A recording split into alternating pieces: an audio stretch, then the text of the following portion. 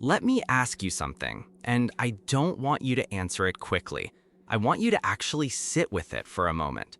What would make you happy? Not the surface answer you give people, not the quick response. I mean, really think about it. Is it something you are working towards right now?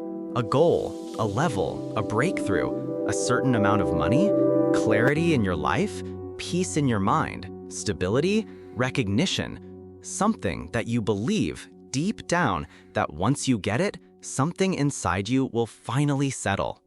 Most people have that thing, that invisible condition they have placed on their happiness. And it sounds reasonable. It sounds logical. When this happens, I'll finally feel okay. But here is where things begin to shift. Because if you look carefully at your own life and the lives of people around you, you will notice something that doesn't quite add up. There are people who have reached the very things you think will make you happy, and they are still restless, still searching, still feeling like something is missing. And there are people who have experienced things you would never wish for yourself, yet there is something about them that feels steady, grounded, even peaceful. And when you see that, it forces you to ask a different question. Maybe happiness is not where we think it is. Most people believe happiness comes first and gratitude follows. That when life is good, when things are working, when they have enough, then they will naturally feel grateful. But if that were true, then everyone who has enough would be happy, and that is clearly not the case. So what if the order is reversed? What if gratitude is not the result of happiness, but the cause of it? Now, this is where we need to go deeper, because this is not just philosophy. This is how your system actually works. Your brain is constantly evaluating your life, moment by moment. And by default, it is not wired to focus on what is well going. It is wired to focus on what is missing, what could go wrong, what needs to be fixed. This is part of the negativity bias. It is what has helped human beings survive, but in your everyday life, it can quietly work against your sense of peace. So even when your life is stable, your brain may not feel stable. Even when things are okay, your mind may still be searching. And when your attention is constantly directed toward what is lacking, your emotional state follows that direction. This is why someone can have everything they once prayed for and still feel empty, not because their life is empty, but because their focus is. And here is something even deeper. When your mind is not actively engaged, it naturally drifts into what is known as the default mode network. This is where your thoughts start looping. You replay things, you imagine things, you compare your life, you question yourself. And the more time you spend there without awareness, the more disconnected you begin to feel. Not because something is wrong, but because your system is running without direction. So what do most people do when they feel that discomfort? They try to escape it. They reach for their phone, they scroll, they distract themselves, they fill the silence with noise. And for a moment, it works, but then it fades, and the same feeling returns. Because distraction does not change your state, it only delays your awareness of it. And over time, this creates a pattern. Your brain scans for what is missing. Your body carries tension. Your mind starts searching for something else. You move faster, distract yourself, try to feel better, but the feeling stays. And slowly, you begin to believe that something is wrong with you, that maybe you are not doing enough, not becoming enough, not living the right life. But the truth is much simpler than that. You are just running a pattern you were never taught to see. And this is where gratitude begins to change everything, not as a forced feeling, not as pretending everything is good, but as a shift in awareness. Gratitude is what happens when your attention moves from what is missing to what is present.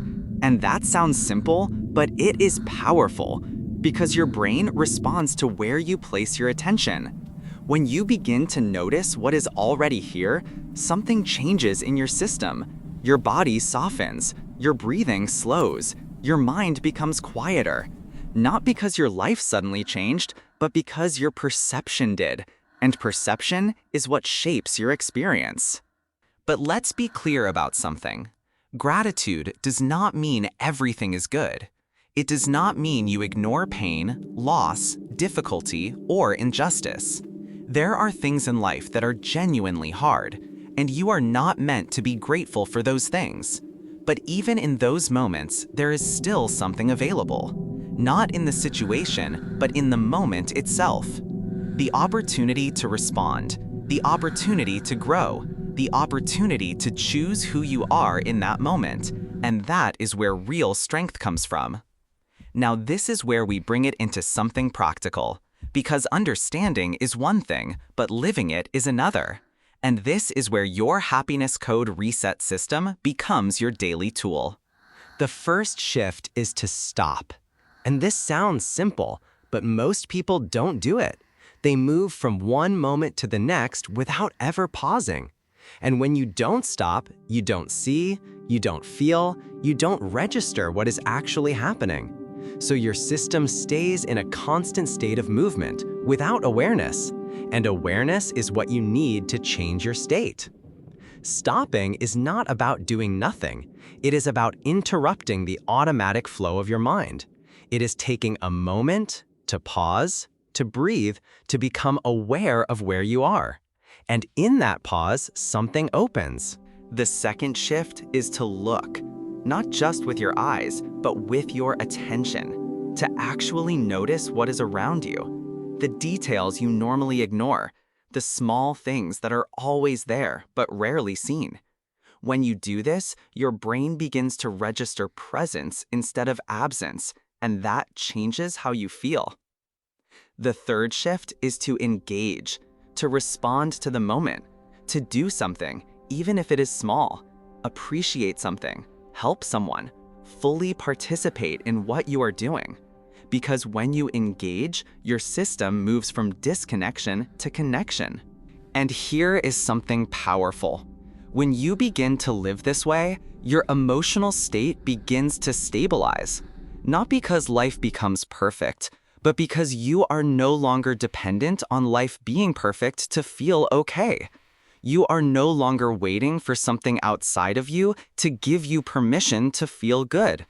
And this is where gratitude becomes more than a feeling. It becomes a way of being, a way of moving through life, a way of seeing. And when that happens, something else changes. You become less driven by fear. Because when you feel like something is enough, you don't feel the same urgency to chase, to compare, to prove. You become more present, more open, more grounded. And this has a ripple effect.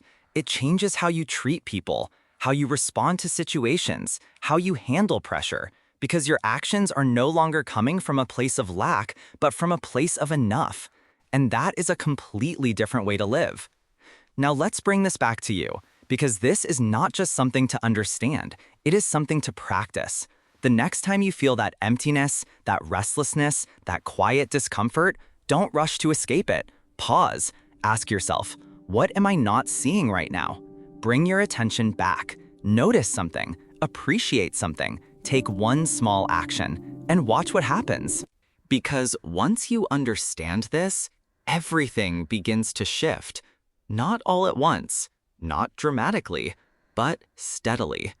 You begin to feel more connected, more grounded, more at ease in your own life.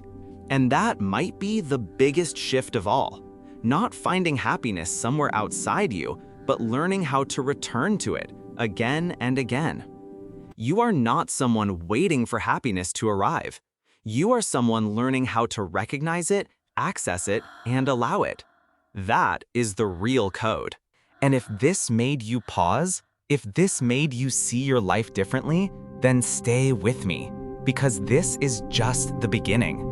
On this channel, we are not just talking about happiness. We are breaking down the patterns behind how your mind works, how your emotions are formed, and how you can take control of it in a real, practical way. Subscribe to Happiness Codes, because the next time we meet here, we're going even deeper. And that next shift might just change the way you experience your entire life.